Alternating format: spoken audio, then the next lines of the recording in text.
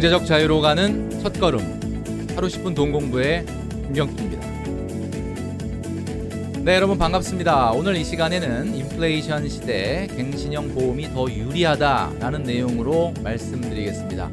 시작하기 전에 먼저 구독과 좋아요 그리고 알람 버튼까지 꾹 눌러주시면 좋겠습니다. 절대 단순하지 않은 선택의 문제에 부딪힐 때가 많죠. 요즘 대출 같은 경우는 고정금리를 받아야 하는지 변동금리를 받아야 하는지 정말 헷갈립니다. 금리가 이렇게 상승한다. 그러면 무조건 고정금리가 유리하겠구나 이렇게 생각할 수도 있지만 사실은 금리가 계속 올라가는 것도 아니고 또 그것은 대출 기간이 어떤지 그리고 대출 상환 방식을 어떻게 할 건지 그리고 앞으로 인플레이션율이 어떤지에 따라서 다 달라집니다. 그렇기 때문에 단순하게 판단할 수 없다는 거죠. 자, 이럴 때 우리가 한번 생각해 볼 필요가 있는 것이 은행의 직원이 첫 번째로 권유하는 게 뭔지를 한번 잘 들어볼 필요가 있습니다. 우리 개인보다는 아무래도 은행이 이 향후의 금리 예상을 좀 더 잘할 수 있기 때문에 은행도 당연히 영리를 추구하는 기업 아니겠습니까? 그러니까 첫 번째로 권하는 게 있을 거예요.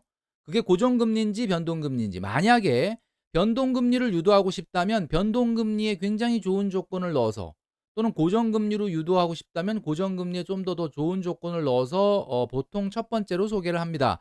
그렇기 때문에 그게 무조건 맞다는 건 아니지만 금융기관의 추천과 반대로 해라라는 말이 있죠.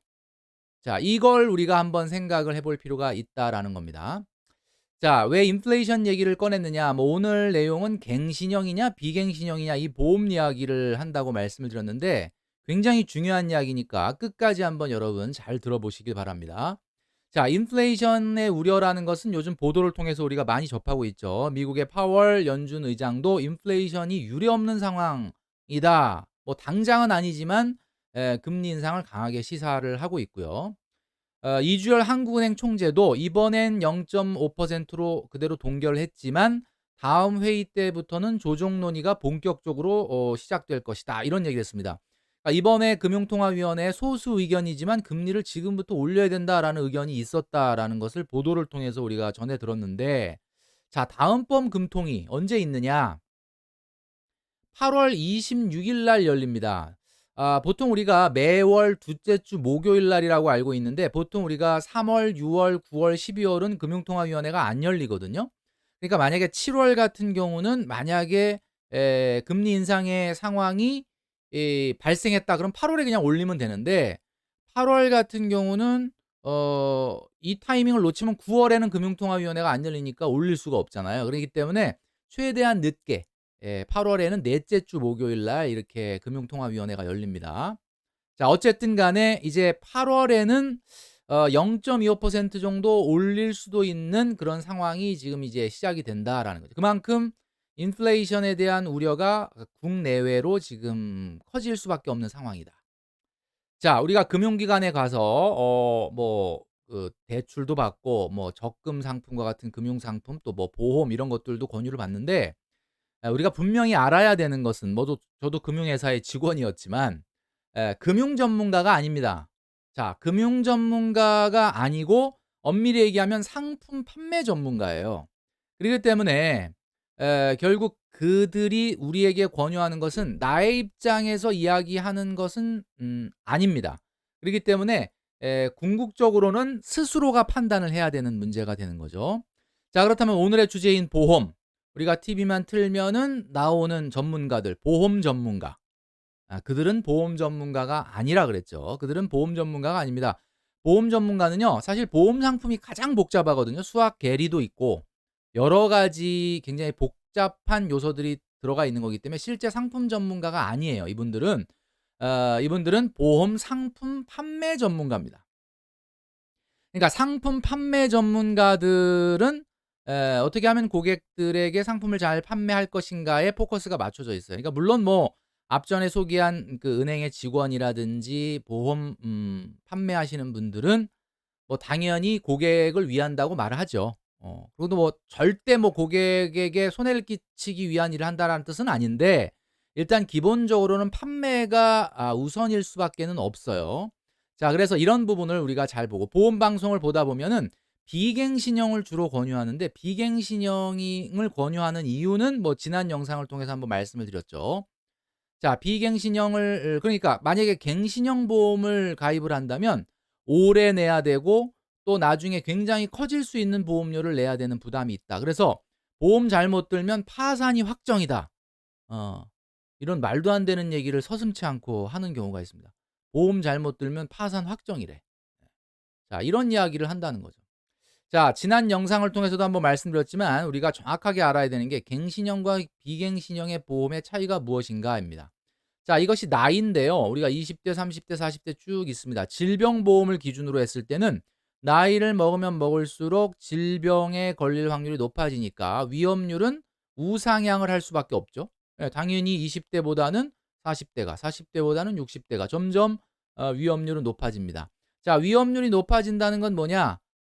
똑같은 10,000명이 가입했다고 했을 때 10,000명당 질병 발생 확률이 20대인 경우는 뭐 10,000명당 1명이었다 그러면 40대 땐 10,000명당 5명, 60대 때는 10,000명당 10명 이런 식으로 인제 당연히 보험금을 타갈 사람이 많이 증가할 테니까 걷어야 될 보험료는 당연히 늘어납니다. 그래서 보험료는 계속 이런 식으로 늘어날 수밖에 없어요. 이게 바로 위험률이 증가함으로써 자연스럽게 증가하는 자연 증가 방식의 보험료고 이게 바로 갱신형이라는 겁니다. 그러니까 '미래에는 보험료가 올라간다.'라는 거예요.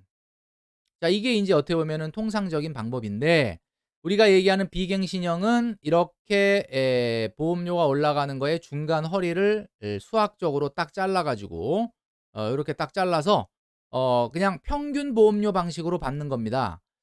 그리고 평균 보험료 방식으로 받으니까 20 대든 30 대든 40 대든 항상 똑같은 보험료를 내는 거예요. 그러니까 얼뜻 듣기에는 되게 좋아요.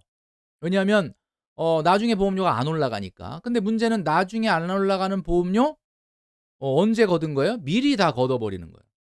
그러니까 한마디로 말하면 대출이라고 놓고 봤을 때 이 보험료가 어차피 내가 평생 뭐 100 세까지 보장을 받는다라고 봤을 때 내가 내야 되는 보험료잖아요. 내야 되는 보험료인데 이거를 빨리 왕창 낼 거냐 아니면 나중에 천천히 낼 거냐인데 이거를 비갱신형 같은 경우는 지금 어떻게 보면 왕창 많이 내는 거죠. 그러니까 20 대가 실제 내야 될 보험료보다 미리 많이 내는 겁니다.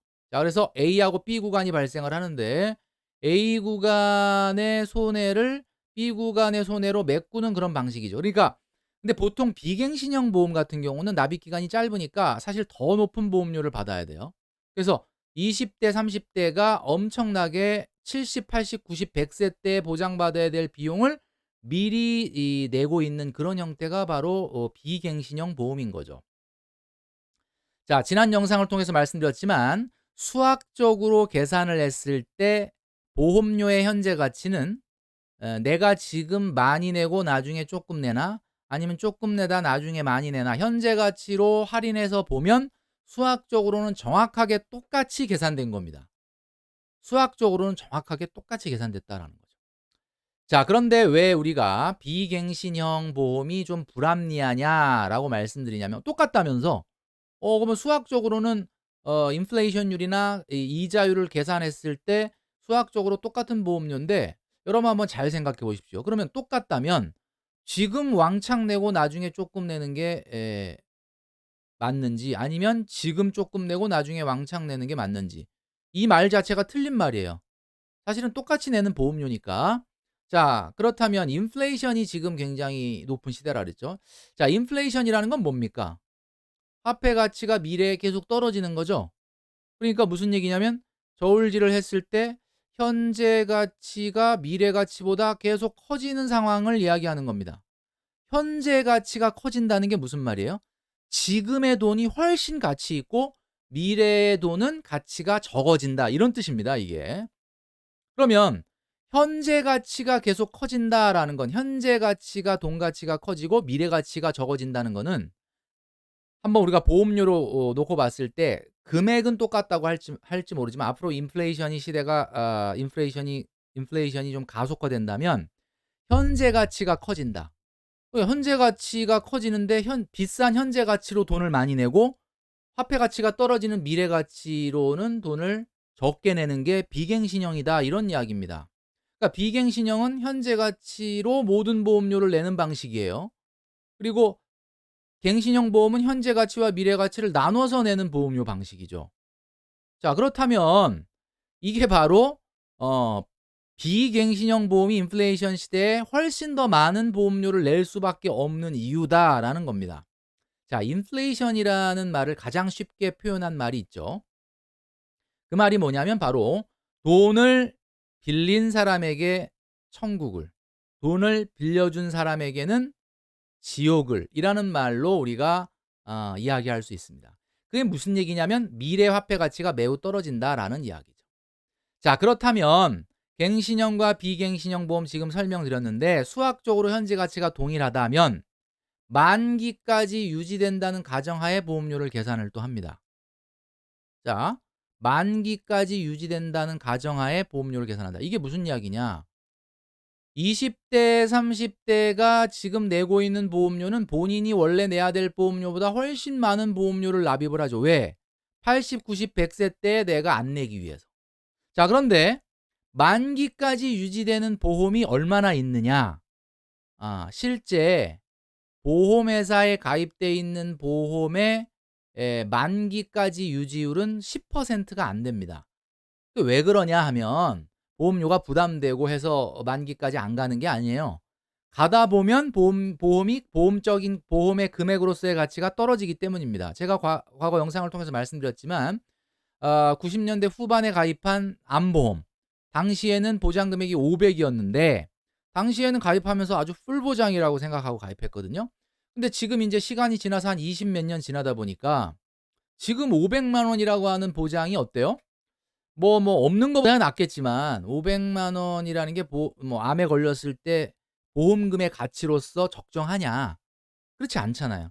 그러니까 해약을 하게 된다는 겁니다. 그러니까 한마디로 이것은 만기까지 유지된다는 가정하에 보험료를 계산하는 방식을 채택하고 있기 때문에 비갱신형 보험은 더더욱 불합리할 수밖에 없다. 자, 암진단금 3천만 원의 가치. 자, 이것의 미래 가치의 현재 가치를 알려면 어떻게 해야 됩니까? 그러니까 내가 지금 30세인데 70세 때 암에 걸려도 3천만 원밖에 안 주거든요. 그러면 그 3천만 원의 현재 가치는 미래 가치 나누기 1 플러스 인플레이션율의 경과년수 승으로 해야 되죠. 그죠? 이렇게 해야지 현재 가치를 알 수 있잖아요. 한번 계산해 보면 30세인 사람이 70세 때까지 보험을 유지해서 70세 때 3천만 원 보장을 받는다면 이것은 인플레이션율 3%만 잡아도 인플레이션율이 솔직히 3%보다 훨씬 크죠.